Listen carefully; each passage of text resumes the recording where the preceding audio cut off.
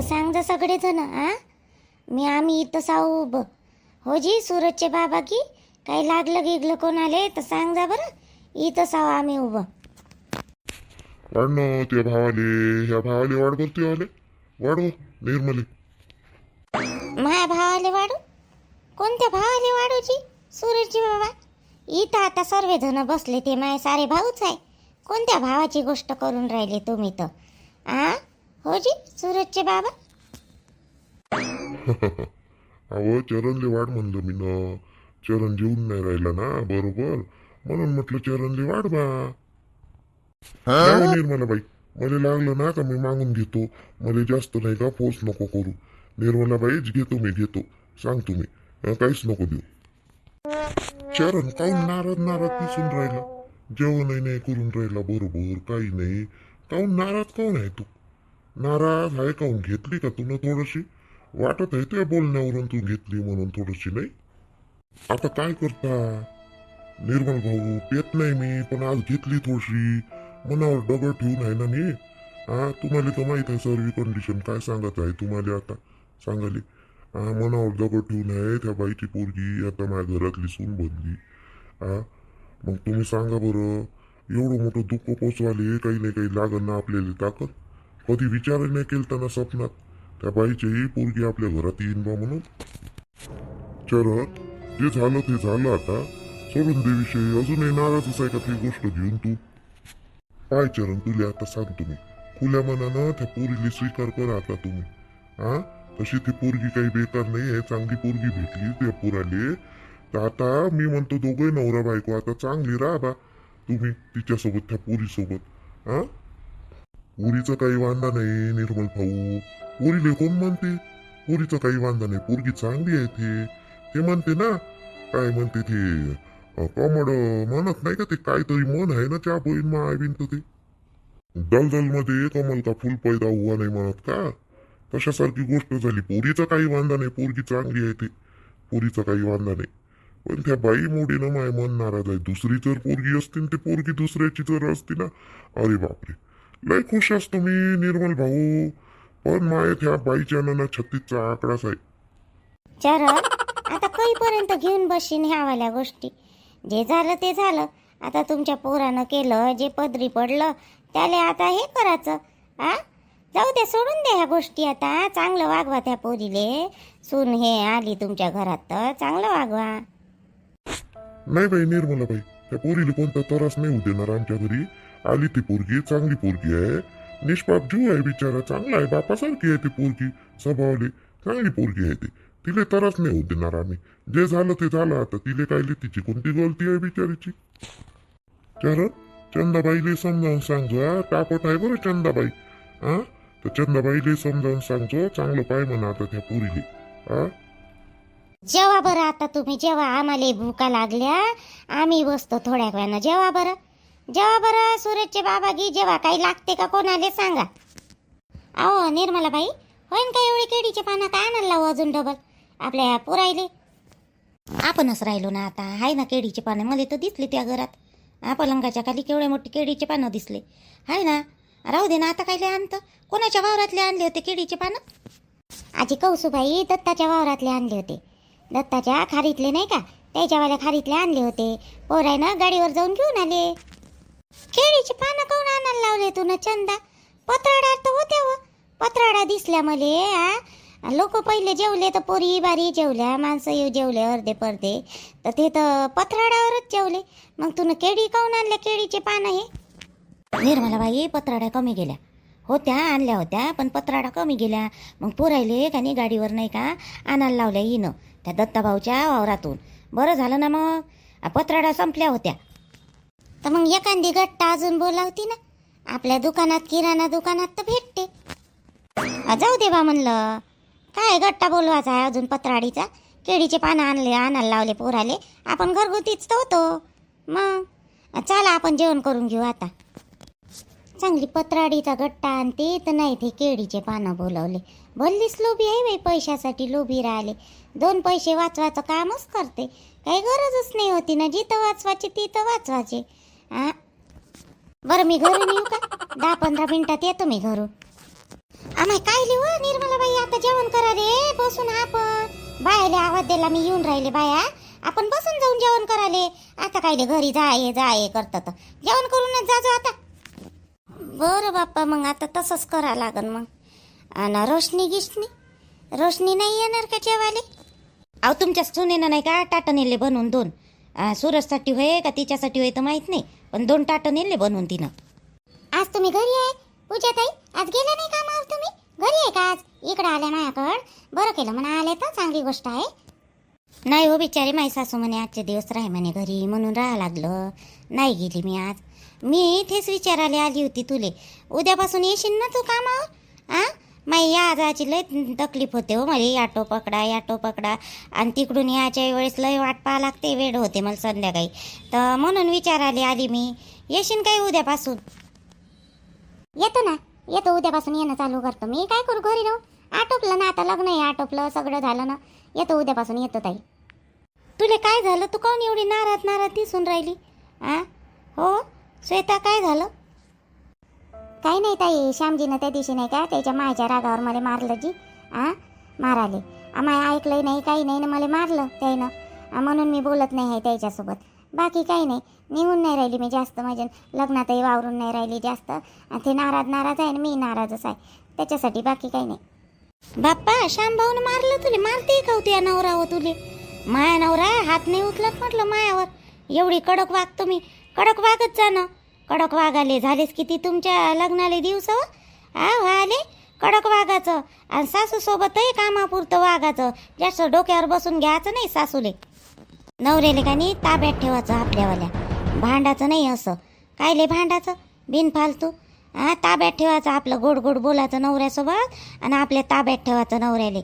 म्हणजे आपल्याच इकडून बोलला पाहिजे तो मायकडून बोललाच नाही पाहिजे तो आपल्या इकडूनच नवरा बोलला पाहिजे असं नाही का फुगून फागून नाही होत श्वेता गोड गोड बोलून राहायचं त्याच्यासोबत माया नवरा पाय बरं मला बोलायची बिलकुल जरूरत पडत नाही माया नवराच बोलते मायाकडून मग मी बोलतही नाही तेच बरोबर बोलते आपले पवनचे बाबा मला बोलायची जरूरतच पडत नाही आईले बाबाले काय बोलायचं ना तेच बोलते माया सासूनं मला काही म्हणलं गिनलं ना तर माया नवराच बोलते मला काही गरज नाही आहे मग असं ठेवायचं नवऱ्याले आजीताई पण माझी गलती काहीच नाही होती ना जी त्या दिवशी त्याच्या आईचीच गलती होती त्याची आईच मला बोलली किती आणि तेवाले विचारलं नाही काही नाही मला मारलं त्यानं आणि म्हणते माई आई काही बोलली ना तरी पण ऐकून घेत जा म्हणते तू काही बोलत नको जात जाऊ म्हणते तोंडाला तोंड नको देत जाऊ म्हणते असे म्हणते ते हो बापा म्हणजे सासवाईनं काही बोललं तर चालते सुनानं काय चुपचापच राहायचं का सुनाव आहे म्हणून कैची कानं भरून राहिली बाई ही पूजा त्या श्वेताचे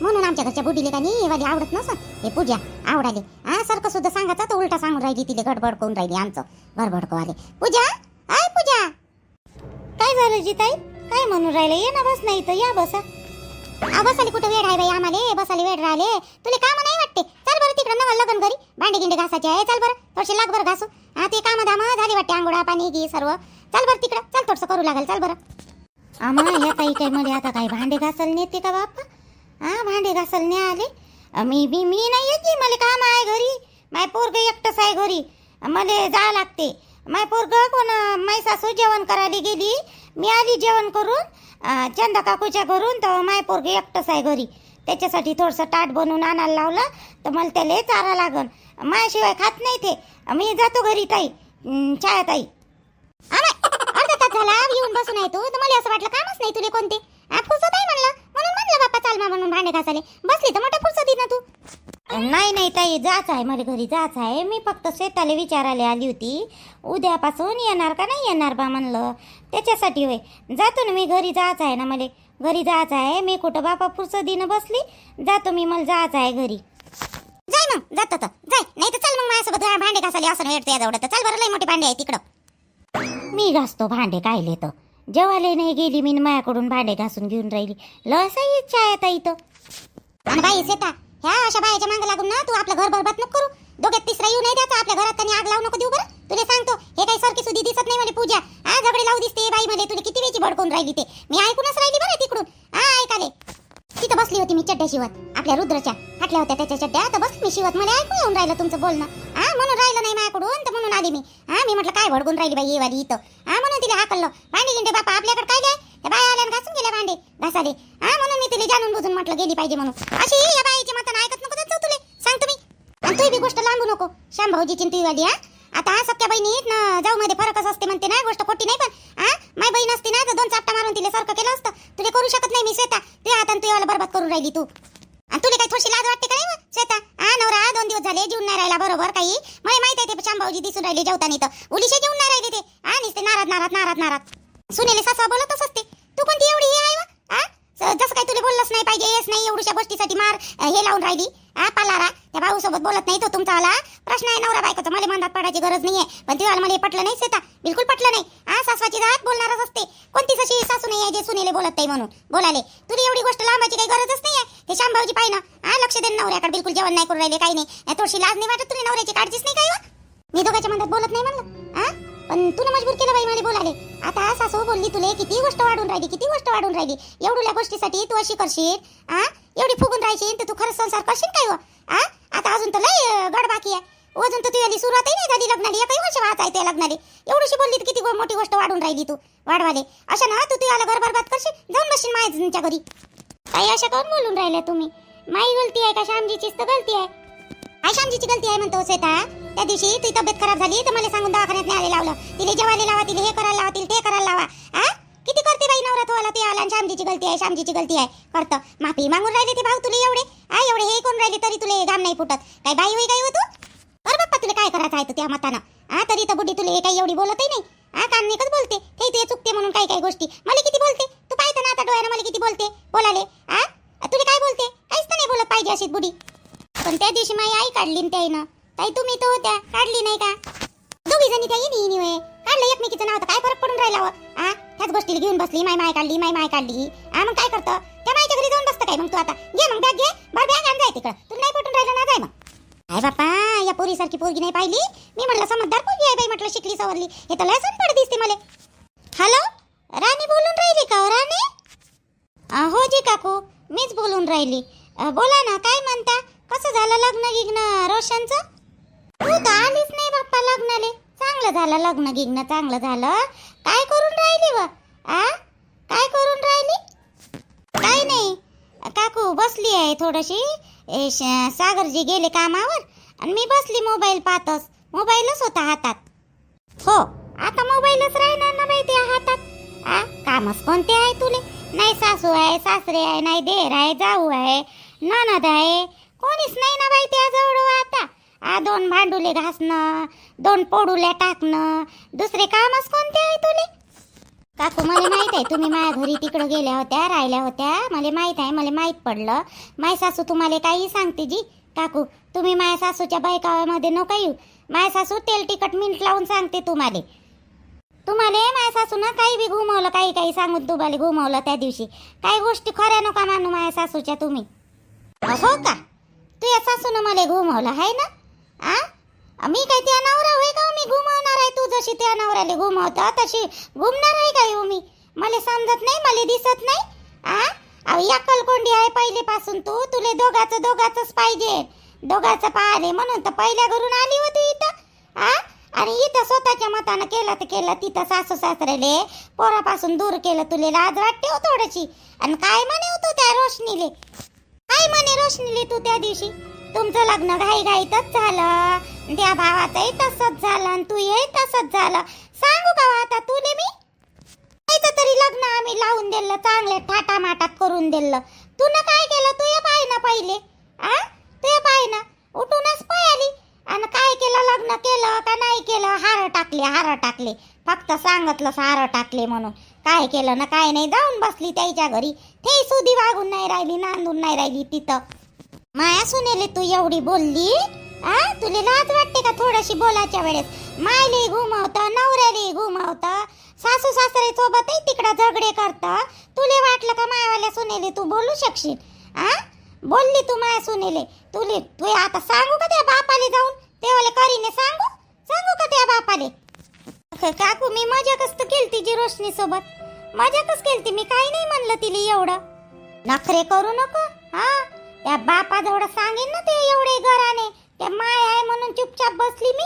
नाही तर तुले ना आता काय बोलू? आता त्या बापाले सांगितलं ना तुले दरवाजात उभा नाही ठेव ना. त्या बाप मस्ती नको करू जास्त. नवऱ्याला घेऊन बाहेर निघाली, नेट लागला सासू सासऱ्याचा कराचा तर बाहेर निघाली. आणि इथं माझ्या सोनेले शिकून राहिली, शिकवाले. त्यासारखी एवढी बोलणार नाही आहे ते. जे आलं तोंडात बोलते ते. असं नाही म्हणत मी बोलत नाही बा म्हणून. पण त्यासारखी काटेल नाही बोलत माझी सून. पण काकू मी मजाकच केली होती तिची.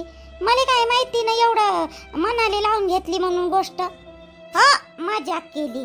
मजाक करू करू तर स्वतःचं घर फोडून घेतलं. मजाक करू करू अलग जाऊन बसली ना मजाक केली. ठेव फोन.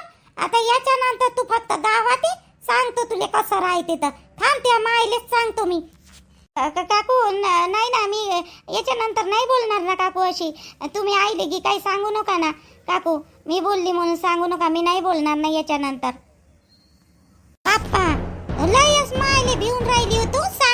सांगू नका.